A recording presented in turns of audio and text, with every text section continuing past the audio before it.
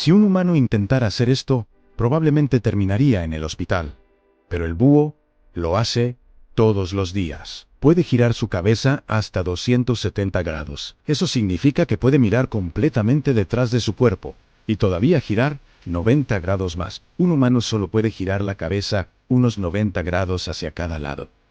Entonces, ¿por qué el búho no se rompe el cuello? Porque tiene 14 vértebras en el cuello, el doble que nosotros, y arterias especiales que siguen llevando sangre al cerebro, incluso cuando gira tanto. Por eso el búho puede vigilar casi todo a su alrededor sin mover el cuerpo.